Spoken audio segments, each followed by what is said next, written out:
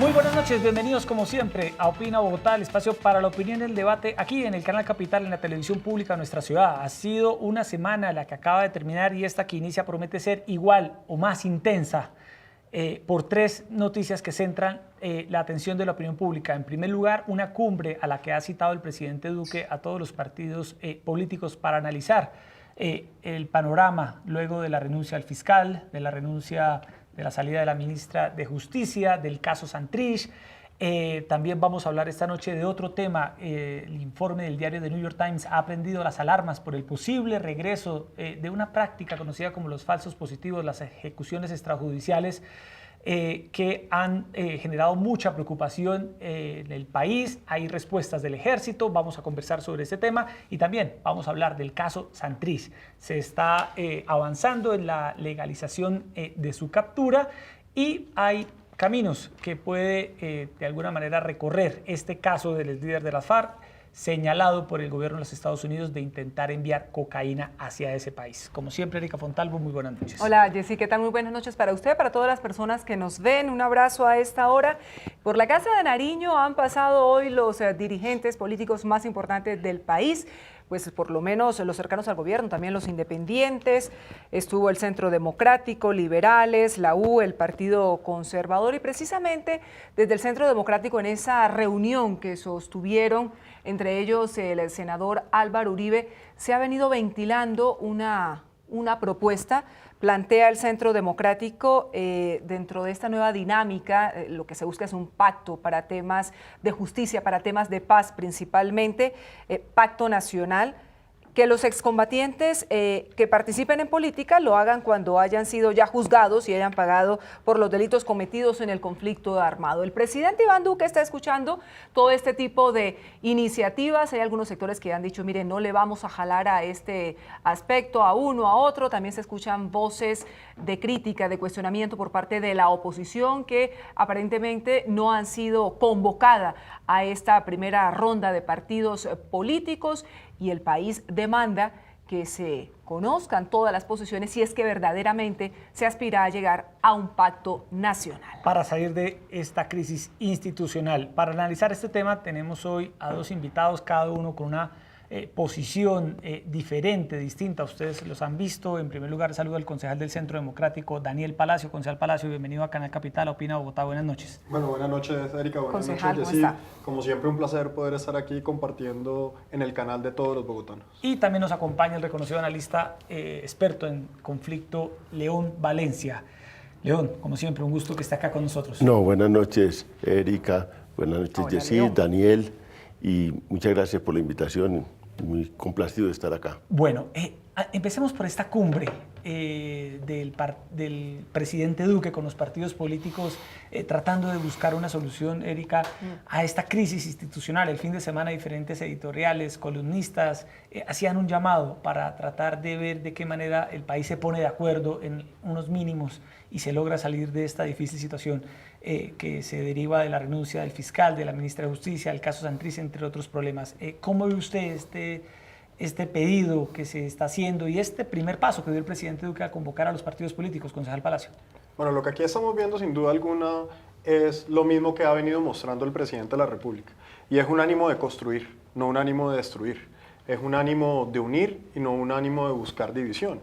Ahora, reconociendo las diferencias que tenemos los diferentes partidos políticos en el país, el presidente lo que quiere es llegar a unos puntos mínimos en donde podamos avanzar como país, donde podamos tener unos consensos sobre una reforma a la justicia que el país necesita, donde podamos tener unos consensos sobre lo que está sucediendo con la JEP, lo que está sucediendo en materia de la extradición, por ejemplo, de Santrich, que es uno de los temas que tocaremos. El presidente de la República, cuando hizo las objeciones a la ley estatutaria, lo que planteó claramente fue unas dudas que se tenían dentro de un proceso muy grande, que eran más de 150 artículos, en donde dijimos, ya partimos de un punto en donde no hay 150 artículos que están en discusión, sino donde estaban 6. Uno de ellos, por ejemplo, el tema de la extradición.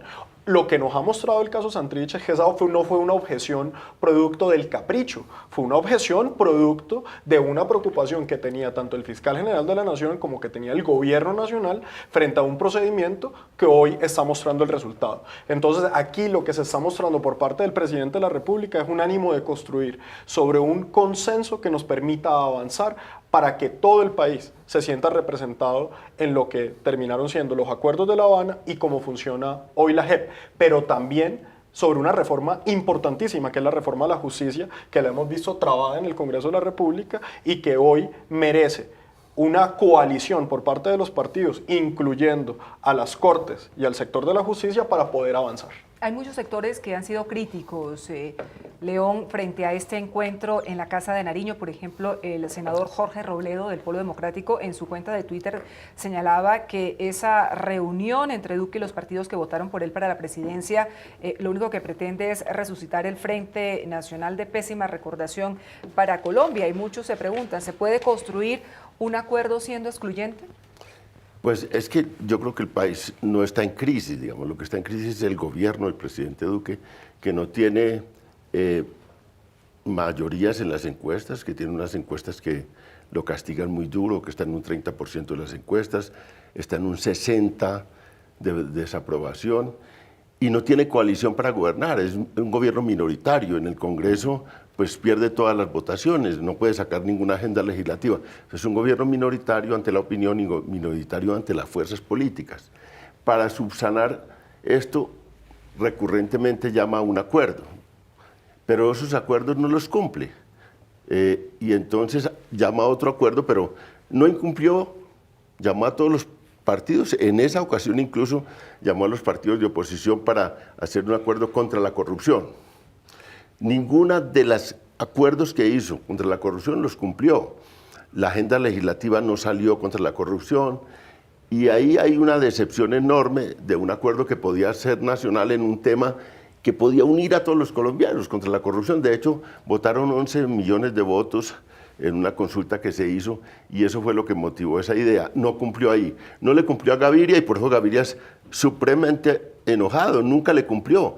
Lo apoyó en segunda vuelta, el presidente Gaviria del Partido Liberal. No lo mencionó en el discurso del triunfo. Yo fui a hablar con el presidente Gaviria para un libro que se llama El regreso del uribismo que estaba haciendo. Y me dijo, este señor voy y lo apoyo casi incondicionalmente, solo con que respetara los acuerdos de paz. Luego no me menciona el día del triunfo. Y luego yo no le pasé 3 días al teléfono. Después me llamó y le dije, venga a la casa. Y fue al apartamento y le dijo, bueno, presidente Duque, yo puedo volver a reconsiderar que lo puedo apoyar. Pero entonces tiene que invitar al Partido Liberal públicamente a participar en el gobierno. Y me dijo Duque, sí, voy a hacer eso, presidente. Y después no mencionó eso nunca. Es decir, no cumple Duque. No cumple Duque. Y lo mismo Germán Vargas Lleras. Germán Vargas Lleras lo apoya en el día de la segunda vuelta, gana con los apoyos de ellos, porque ellos, Partido Liberal, Partido de la U, Partido Cambio Radical, le agregaron 300 municipios entre primera y segunda vuelta. Duque ganó en 500 municipios, en segunda vuelta ganó en 800 municipios, 800 y pico municipios, esos municipios los agregó en estos apoyos. No los mencionó, también Vargas Lleras dice eso. Luego fui a hablar con él sobre una agenda para el país y le presenté todos mis temas. ¿Sabe qué hicieron? No tienen agenda. Me ofrecieron la embajada en Londres. Yo le dije, bueno, más respeto, yo no vine a pedir un puesto. Esas son cosas... Es decir, Leo, que usted ve muy difícil que logre algo con esos partidos. Es que el comunicado que acaba de sacar es de una rabia, de una indignación, el comunicado que acaba de sacar el doctor César Gaviria frente a la reunión que acaba de tener. Es decir, no ve usted ahí, no hay posibilidad. Además dice, oiga, yo fui a hablar una cosa y me presentaron otra. Y les dije, dice César Gaviria, en un comunicado que acaba de salir, oiga, señor, pues yo vine a hablar de la paz y es indeclinable el acuerdo con las FARC.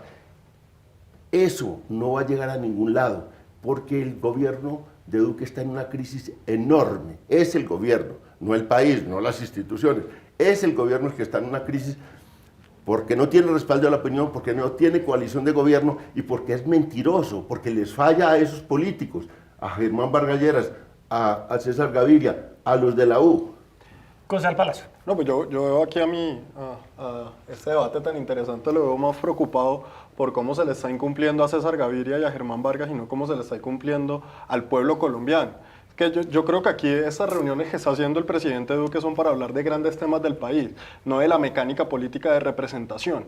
Y ahí es donde a veces nos terminamos quedando, sobre qué quiere Vargas Lleras, qué quiere César Gaviria, qué quieren los líderes políticos y no qué es lo que está pasando con el país. Pero como los invitan a Pero ellos. déjame, yo termino un momento. Entonces vienen aquí y lo que hablamos son unos acuerdos, claro, porque ellos representan el país. Pero para ponernos de acuerdo en qué, en temas como cómo podemos avanzar en una reforma de la justicia, cómo podemos avanzar en lo que hoy es evidente. Es que pretender decir que en el país no hay una crisis institucional cuando lo que pasó el jueves, cuando el fiscal general de la Nación acaba de renunciar precisamente aduciendo la falta de garantías que tiene la justicia ordinaria para procesar a personas que han cometido delitos luego de... Eso fue lo que dijo el fiscal general de la Nación, yo no me lo estoy inventando. Todos sabemos que salió, pero yo te voy a pedir un favor y que me dejes terminar, porque yo acabo de hacer un monólogo ahorita como salió de por 20 minutos. cuestionado. León, espera que termine la idea con Salió Palacio. por cuestionado el fiscal El general. fiscal, qué pena, el fiscal no renunció por cuestión. Por Odebrecht. Ustedes vieron, qué pena. Es que ese es el problema Bueno, de la termine su idea, José dinámica Palacio. del discurso. Termine su El idea, fiscal José Palacio. general muy claramente dijo que renunciaba por una ¿Pero quién le cree al consideración. fiscal Que general? el señor León Valencia haga unas interpretaciones que no le crea al fiscal general de la Nación, eso es otra discusión. ¿El país? Eso es otra discusión. Si usted representa al país, estamos muy No. equivocados porque yo no creo como usted cree, entonces usted no representa al país. Pero Y usted si me dice que deja tiene el terminar, 30% de la opinión. Termine con José el Palacio. 30% de la opinión fue un presidente de la República que ganó con 10 millones de votos. Lo que pasa es que a ustedes se les olvida. Es que lo que se les está olvidando es que lo que está gobernando es Iván Duque. El que está gobernando es una ideología que no fue la ideología que usted representa, Tiene el ni que 30%. representa los otros partidos. No, que lo 30, que lo tengan en 30%. unas encuestas no quiere decir que el país claramente no apoya al presidente Tiene del el gobierno, 30% del de la gobierno opinión. Duque. ¿A qué vamos con eso? Sí. Aquí son unos temas muy importantes los que se están tratando y tratando de buscar consenso. Lo que tiene que hacer un presidente siempre es tratar de buscar consenso. Y cumplir que sea los fácil, consensos que sea y fácil o los que sea acuerdos. difícil, está claro. Por ejemplo, aquí el doctor León Valencia decía que es que Duque incumplió los acuerdos frente a los temas de lucha contra la corrupción. Primero, no todos se han hundido, varios están todavía en ese momento Todos se han todavía en hundido. trámite, pero yo sí le puedo decir una cosa. Por ejemplo, yo estuve hace 2 semanas en la Comisión Primera, donde se hundió uno de los proyectos que era la presentación de rentas, de la renta pública de los congresistas, y ese proyecto se hundió en 5º debate, y se hundió en la gran mayoría porque ninguno de los miembros de la oposición lo votó, y era uno de los proyectos que hacía parte de los paquetes anticorrupción. Entonces, la misma oposición tampoco ha votado esos proyectos. Entonces, aquí el compromiso del presidente de la República es adelantar una agenda.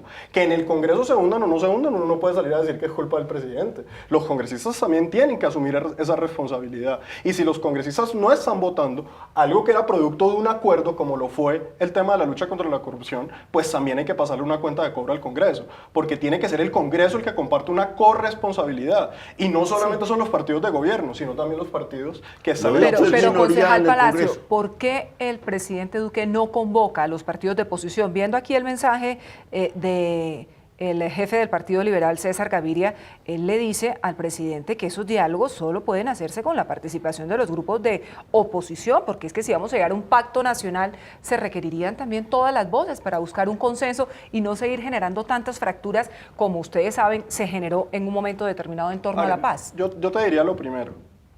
Uno, lo primero que hace es llamar a los más cercanos. Después a los que están medio cercanos. Y por último llama pues, a los que están más lejos.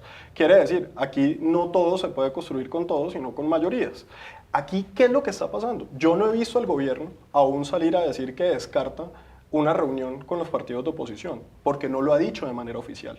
El gobierno en este momento está adelantando reuniones con diferentes partidos que inclusive son muy duros. Aquí muy bien lo estaban diciendo cómo ha sido, por ejemplo, el presidente Gaviria en ese comunicado. Nosotros no podríamos pasar a decir que el presidente Gaviria es fácilmente un aliado del gobierno, sino de cierta forma representa una expresión muy contradictoria, por ejemplo, en los temas de visión de paz a lo que representa el gobierno. Una persona como Roy Barreras, muchos de la U también representan una posición muy distante a la que representa el gobierno. Pero aquí lo que está claro es que el presidente de la República, la intención del presidente de la República es avanzar en la construcción de consensos que pueda llevar al Congreso de la República a abordar unos temas muy importantes para el país, como son hoy el tema de la extradición. Entonces uno podría pasar a decir, es que lo de las objeciones referente al tema de la extradición era un capricho del presidente, hacía parte de esa lucha supuesta por destruir los acuerdos, que ya hemos dicho que esa no es la posición del presidente. El presidente lo que está buscando es generar unos consensos sobre algo que realmente pone en riesgo la institucionalidad del país.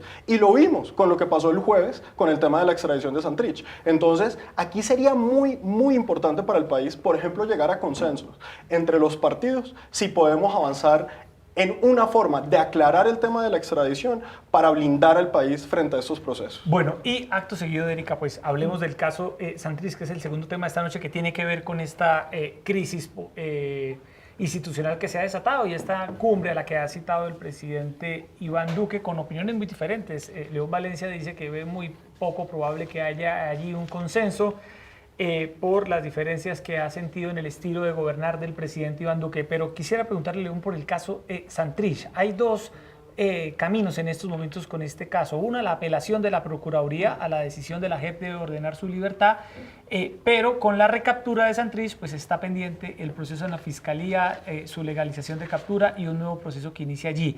¿Qué análisis hace usted del caso Santrich? ¿Qué puede estar pasando con el caso de este líder del partido FARC?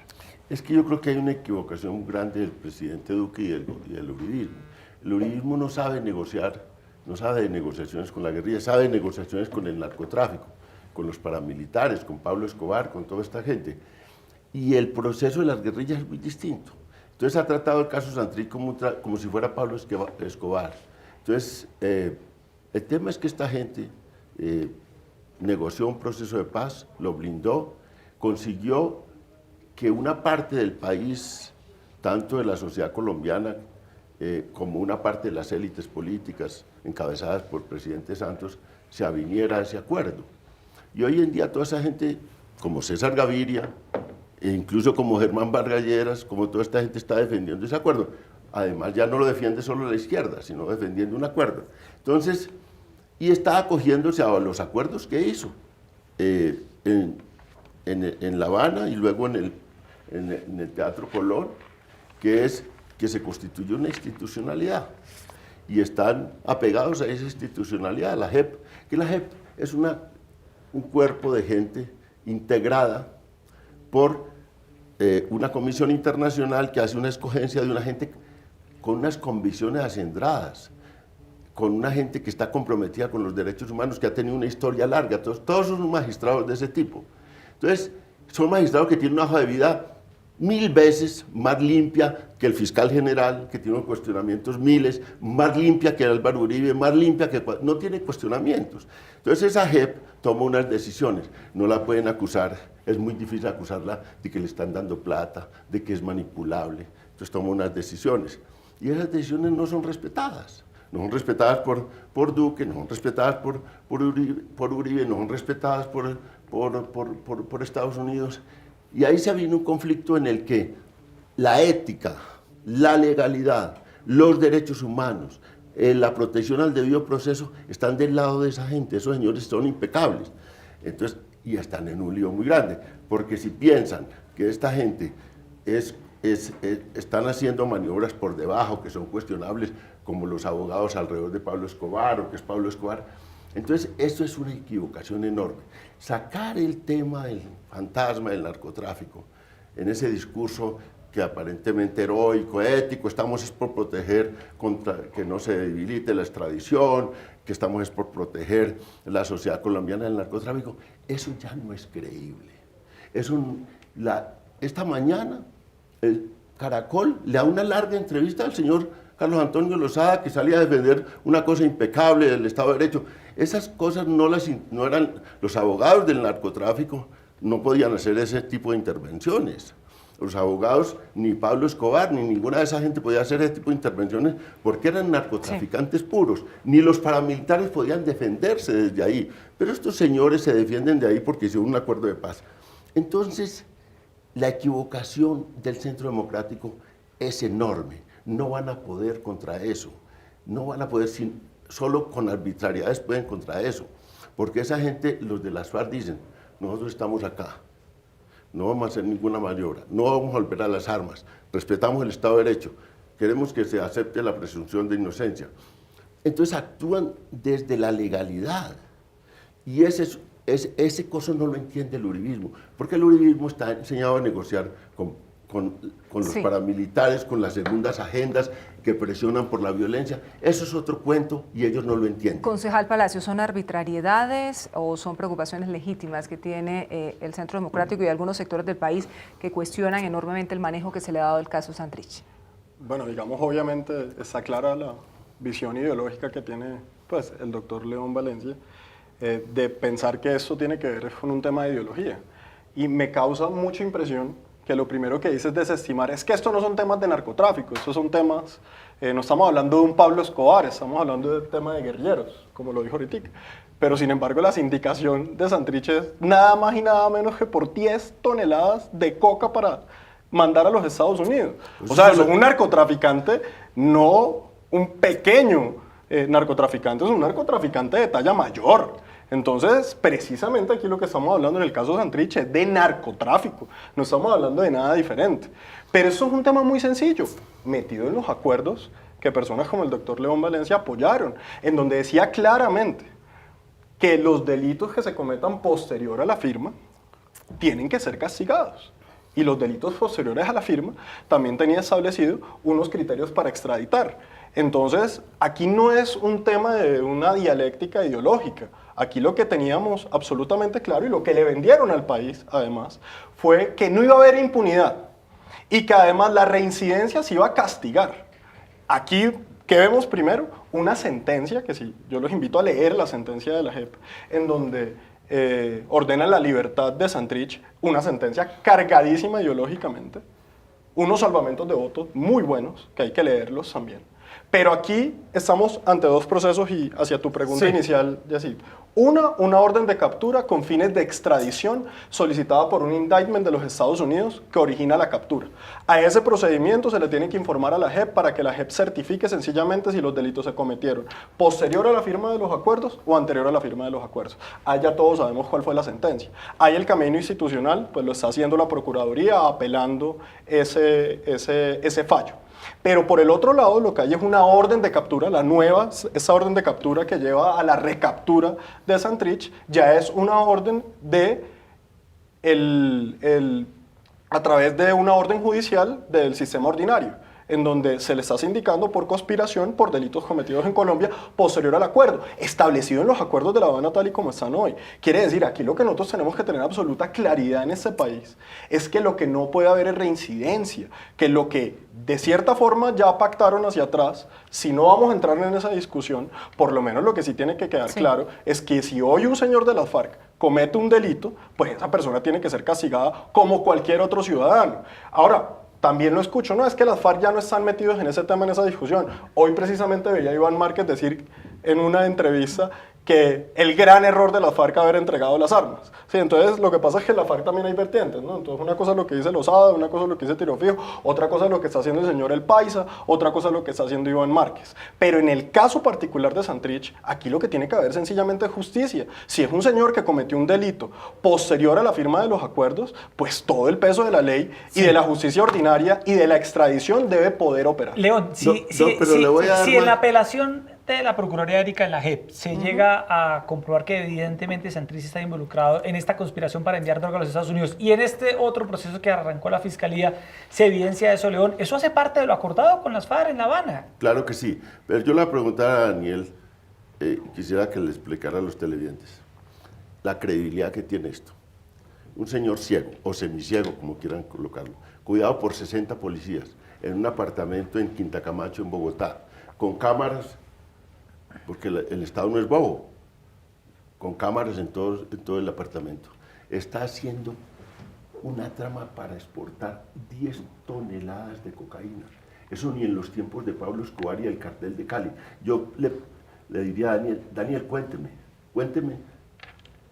Le voy a dar 2 oportunidades, cuénteme 2 envíos de 10 toneladas de cocaína del cartel de Cali y del cartel, si recuerda alguna noticia de esa. 2 toneladas de cartel de Cali o el cartel de Medellín. 10 toneladas de cocaína, un señor ciego, semiciego, que hay que acompañarlo a orinar al baño. Cuidado por 60 policías en un apartamento con cámara. Estaba haciendo eso Yo le pregunto.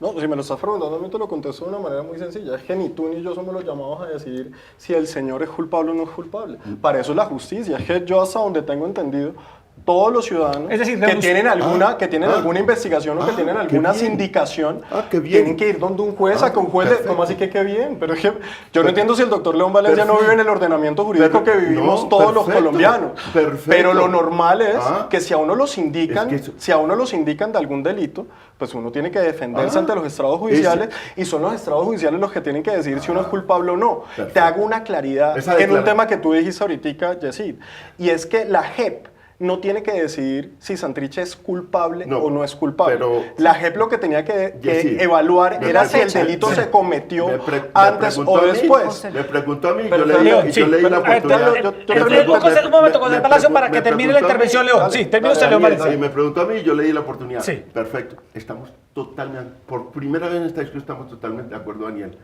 Eso es lo que no ha hecho el uribismo.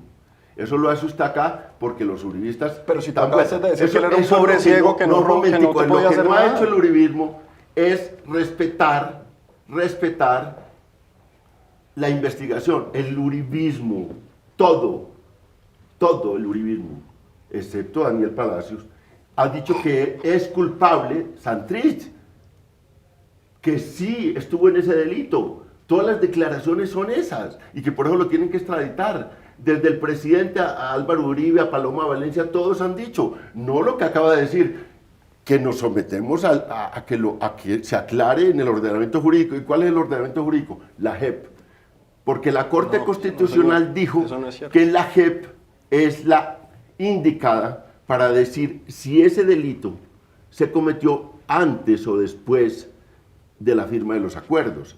Y lo que ha dicho la JEP, que es el organismo que está, ha dicho, no tengo pruebas suficientes para decir que ese delito se cometió, si lo hubo, después de la firma del La acuerdo. fecha precisa de la conducta. Y segundo, esa institución tiene una segunda instancia, a la que está apelando la Procuraduría General de la Nación.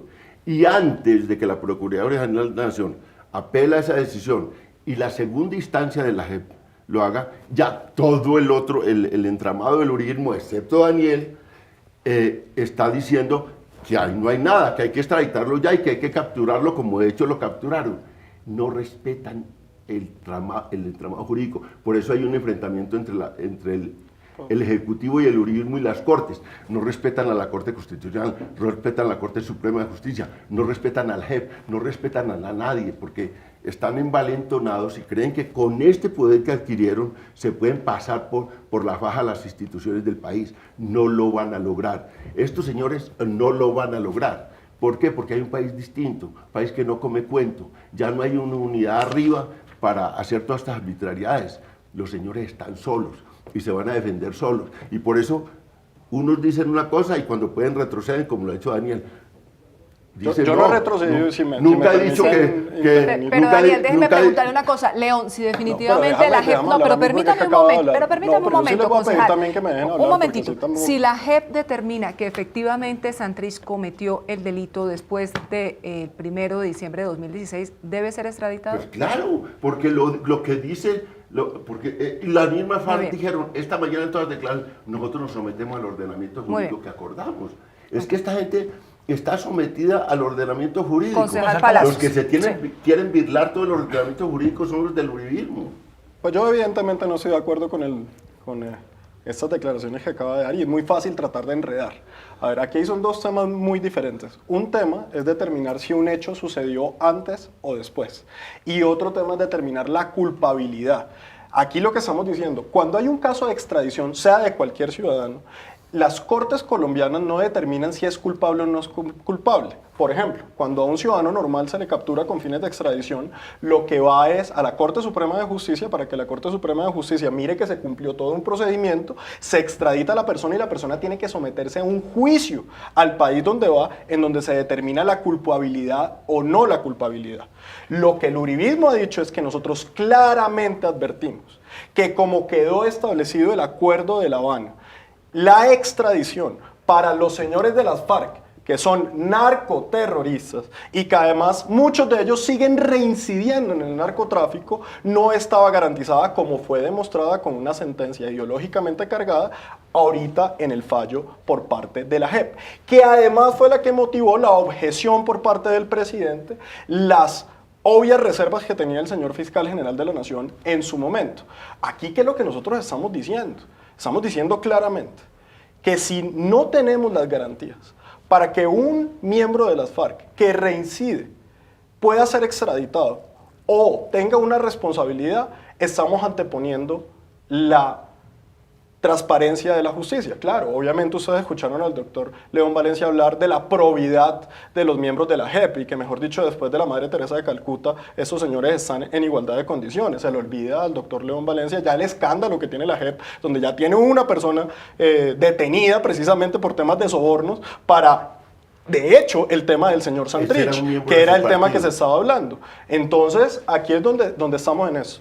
Una idea que es decir que todo eso es culpa del uribismo, todo eso es culpa del uribismo, y una idea en donde nosotros lo que hacemos es un llamado a construir. No es la visión solamente del Centro Democrático, no es la visión del uribismo, es llamar a los partidos políticos para decirles, venga, aquí hay unos temas que como país tenemos que garantizar. Tenemos que garantizar que si hay reincidencia, esa reincidencia sea castigada. Eso es una reserva que planteó el fiscal, que planteó el presidente, que en su momento Germán Vargas Lleras en su campaña también las planteó cuando habló de las reservas que tenía sobre la JEP. Que muchos en el Congreso de la República, inclusive estando en contra de las objeciones, lo que dijeron fue busquemos un acto legislativo en donde podamos arreglar eso. Entonces, ¿cuál es el mensaje que el uribismo le está dando al país? No es de decir que nosotros no confiamos en las Cortes.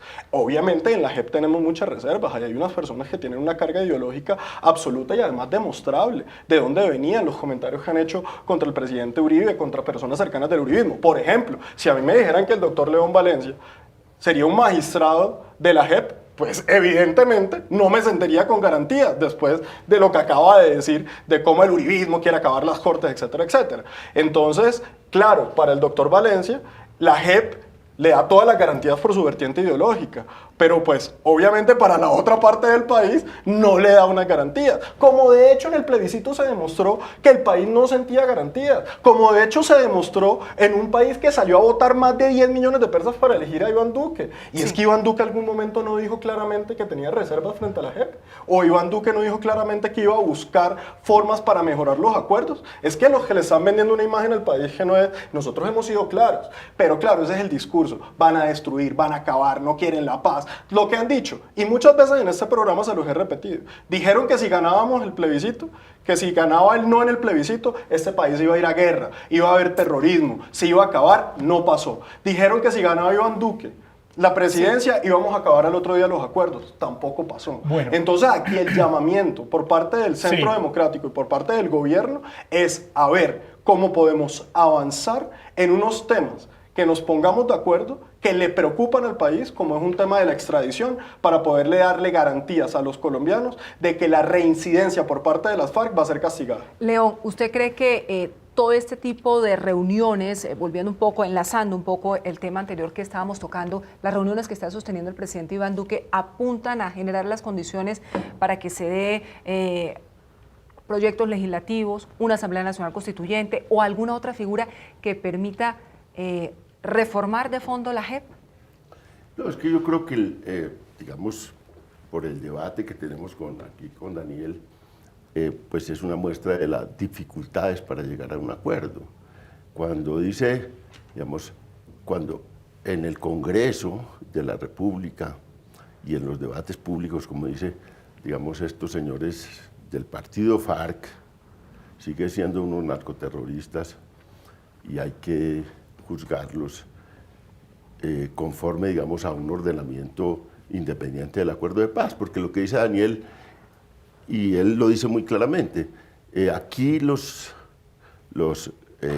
procesos de extradición los hacía la Corte Suprema de Justicia y los definía y luego tenía un conducto bien de la Presidencia de la República y ordenaba todo eso.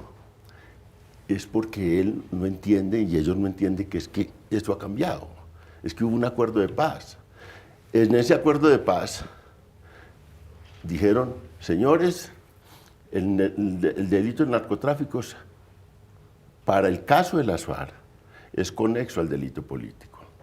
Y todo lo que se haya hecho antes del proceso de paz va a estar cobijado en este acuerdo y va a ser juzgado por la JEP y va a ser juzgado con una justicia extraordinaria.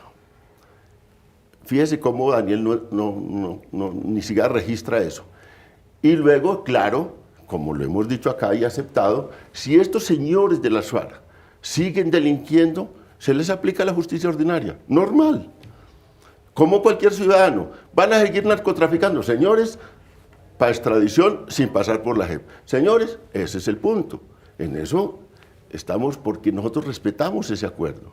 Pero estos ni siquiera se entienden el acuerdo, no lo conocen, no saben de qué fue lo que se acordó. Entonces actúan como si estuvieran, como dice él, aquí había unas reglas y esas son las reglas que deben cumplir. No, esas reglas cambiaron para el caso específico de esto. Esa es la primera cosa. La segunda cosa es que frente a estos acuerdos nacionales, primero, nosotros, alguna gente analistas, alguna gente que vendemos eso, que no militamos en ningún partido político, que obviamente no escondemos nuestras ideas favorables a una salida negociada, que siempre la hemos defendido cuando estábamos solitarios, cuando todo el mundo estaba por la seguridad democrática, defendíamos que había que salir a buscar una salida negociada.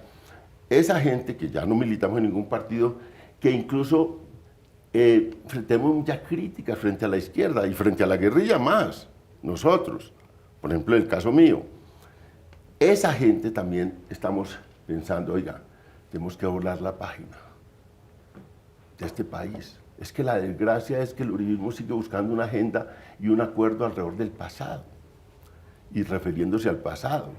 Fíjese, yo creo que el acto más importante del presidente Duque en todo su mandato fue la reunión con los 4 grandes tecnológicos, en la visita a Estados Unidos, a Silicon Valley, a Washington, a reunirse con los 4 grandes de las tecnologías. Eso el país no él no convocó a los medios de comunicación para eso.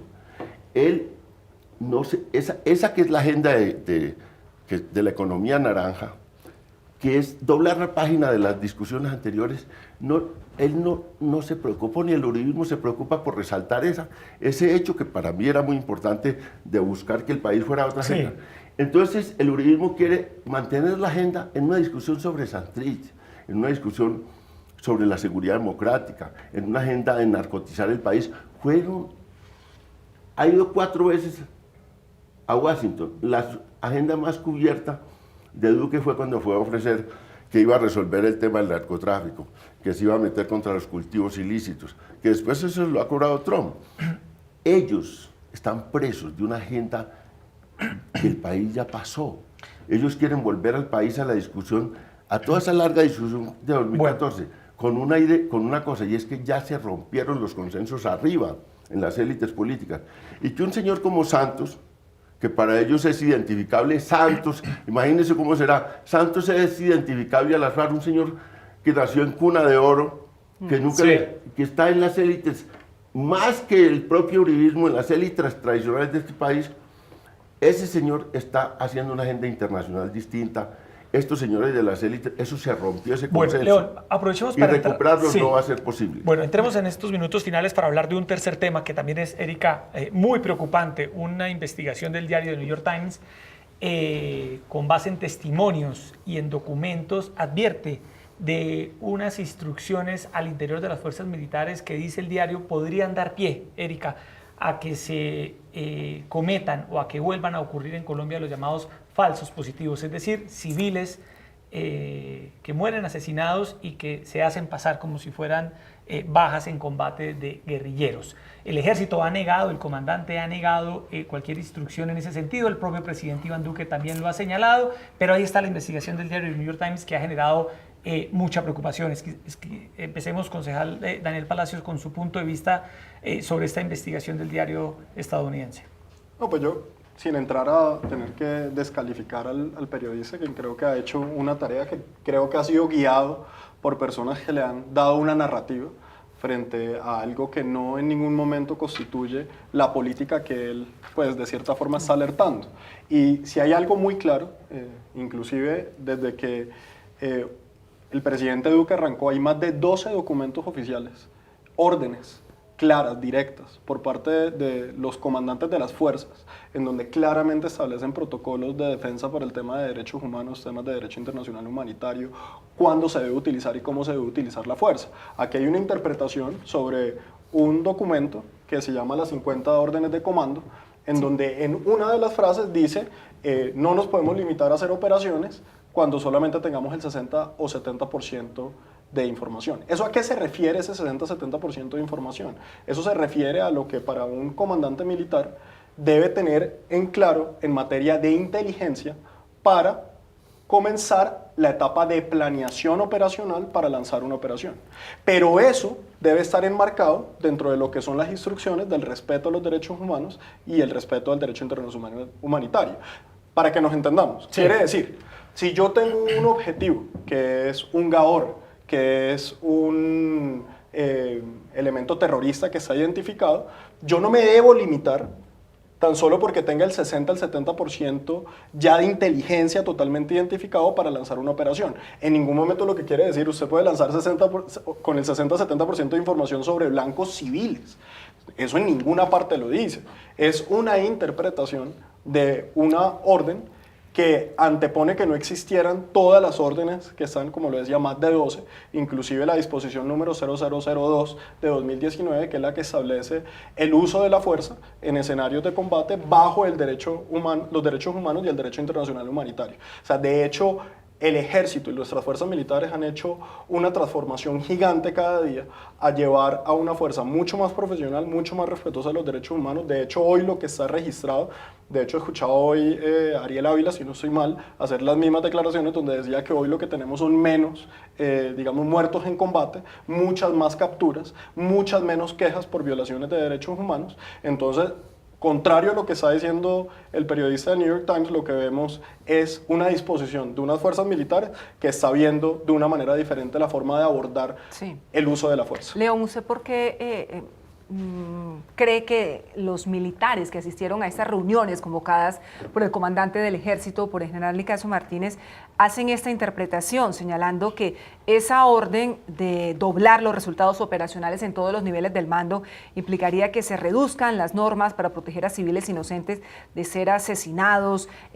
¿Por qué esa preocupación? Porque lo que el artículo en New York Times deja ver es que hay un riesgo enorme de que se reproduzca una situación similar a lo de los falsos positivos. Porque por esto, Erika, el general Mejía, comandante del ejército en el último tiempo del presidente Santos, intentó construir una política y avanzó mucho en eso, de reforma de la doctrina militar, de la reforma del ejército, para poner este ejército de cara al posconflicto. Y la misión principal era proteger la paz, era proteger esas zonas, intervenir en esas zonas, con unos esfuerzos enormes que pensaba el general Mejía que había que hacer. Y ese era el filo del tema, a sabiendas de que había un acuerdo de paz y que había que cambiar la orientación del ejército colombiano, que había estado en un largo conflicto durísimo con la FARC, en la que había combatido enormemente con la principal amenaza del país. Al desaparecer esa amenaza como amenaza grande del país, dijo, hay que cambiar la cosa. ¿Pero qué hicieron actualmente? Entonces sufrieron a Nicasio Martínez, cuestionado por falsos positivos. Es una mala imagen.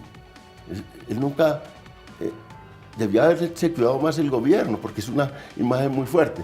Y enseguida aparecen estas directivas que se parecen tanto a las directivas de los tiempos de Uribe. Son igualitas. Usted las ve, las del ministro Camilo Ospina, y estas se parecen mucho. Entonces usted dice, comparo esta directivas que originaron todos los falsos positivos en el tiempo de Uribe, las de Camilo Espina. Compara con estas, son idénticas. Y hay un general que está cuestionado por falsos positivos. Entonces la deducción es fácil. Dice, estos señores van a volver atrás. Van a volver atrás a toda esta cosa de falsos positivos, que era una tragedia de honor para el ejército colombiano. Es una tragedia enorme lo que está ocurriendo. Y no terminarán de pagarlo las propias, digamos, los más afectados son los propios miembros de las fuerzas militares. Muchos de ellos están concurriendo a la JEP precisamente a presentarse allá, el mayor de ellos, los mayores generales, a presentarse allá, a hablar de esos temas para decir nosotros los convertimos en función de nuestra guerra que estábamos desarrollando y ahora pedimos clemencia en la JEP para que esto se contabilice como parte de este conflicto. ¿Vamos a volver a eso? Vamos a volver a eso. El artículo del New York Times es una alerta enorme sobre el tema. Ojalá eso impacte al gobierno colombiano, ya que a veces no lo impactan los llamados internos. Ya ves que los que decimos esas cosas nos tachan es de aliados de la subversión, ya que los que analistas que hacemos esas cosas siempre lo llamamos con una buena intención, pero siempre somos tachados como terroristas. Por lo menos el New York Times no. Pero fíjense, hasta el New York Times, hasta un periodista del New York Times lo acusan de eso. La señora María Fernanda Cabal, del corazón del uribismo, que creo que es más, tiene un cargo más importante que Daniel, atacó de la misma manera. Tuvo que salir del país el de la misma manera, esos señalamientos. como ataca el uribismo a todo el mundo, lo atacó de la misma manera, en el mismo modus operandi. Es aliado de las FARC, ese señor es un sesgado, un terrorista. Y bueno, el señor tuvo que salir del país. Esas son las realidades del uribismo. Sí, esos señalamientos, Erika, como periodistas tenemos que rechazarlos. En Colombia se debe garantizar la libertad de prensa y esas acusaciones y esos señalamientos sin pruebas, pues no. Como también rechazamos las acciones, las agresiones, los insultos, los atropellos contra periodistas de distintos medios de comunicación que han resultado afectados durante la cobertura del caso Santrich en diferentes puntos. Eso también es intolerable, que de alguna u otra manera se ponga en riesgo por temas de intolerancia la labor del periodista. Bueno, se nos acaba el tiempo. Daniel, para cerrar el programa con su punto de vista sobre los falsos positivos que, según el New York Times, podrían estar regresando con base en los testimonios y documentos que el periodista recopiló. Yo te diría una cosa. Lo primero que hay que hacer es mirar la evidencia. Sí. O sea, la evidencia es que hoy hay muchos menos muertes en combate de lo que había en cualquier momento anterior. Segundo, se han hecho muchas más capturas. Hay mucho menos quejas en materia de violación de derechos humanos. Yo he escuchado ahorita al doctor León Valencia hablar que si uno comparaba las directivas, ahorita si me puedes decir cuáles son las directivas, te lo agradecería.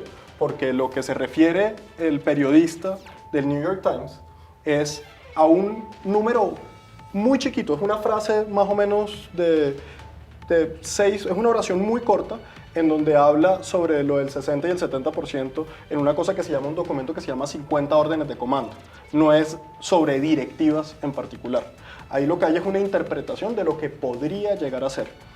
Claramente, como se los decía, y yo invitaría a los periodistas y a todos los que nos están viendo hoy a que busquen la disposición número 02 de 2019. Que se llama por medio del cual se diseñan e implementan las reglas de enfrentamiento relativas al uso de la fuerza en las operaciones militares que desarrolla el Ejército Nacional en el marco de los derechos humanos y del derecho internacional humanitario, expedida este año, que precisamente delimita el uso de la fuerza y donde establece plenamente una garantía frente a los derechos humanos. Entonces, obviamente, eso cae claramente dentro de ese discurso y el ataque, que todo lo del uribismo, que esto es los falsos positivos, que es tumbar los acuerdos, eso está absolutamente claro. Y pues obviamente partiendo del punto de la pobre viejecita Santrich que nos pintaba el doctor Valencia, el pobrecito ciego, que mejor dicho, el doctor Santrich, pues mejor dicho, qué pecado con él. Ojalá vea el video también, así como lo ha visto casi todo el país, en donde están negociando esa llevada de droga. Pero no me diga que ahora ya usted va a decir que es culpable, porque ahora dijo que no, que había que atender al Estado de Derecho. Señores, se nos acabó. Ojalá lo vea. En cualquier caso, frente a este último tema del New York Times, el ministro de Defensa, Guillermo Botero, ha dicho que ha pedido a las autoridades que aclaren, que se investigue a fondo este tipo de denuncias que según el artículo, están haciendo integrantes de las fuerzas militares por la preocupación que existe frente a la posibilidad de falsos positivos en Colombia. León Valencia, gracias por estar esta noche aquí en Canal Capital. Muchas gracias por la invitación. Concejal Daniel Palacio, gracias. No, por estar muchísimas esta noche gracias a aquí, ustedes. compartiendo Señores, y muchas debatiendo gracias. sus puntos de vista, un debate en Como su los máxima debates expresión. que se dan aquí en Opina Bogotá en la televisión pública. Así es, Erika. Como siempre, muchas gracias a todos ustedes. Gracias por estar con nosotros. Mañana, 8:30 p.m., aquí en Opina Bogotá de Canal Capital para seguir conversando los temas que le interesan a la ciudad y al país. Muy buenas noches. Gracias.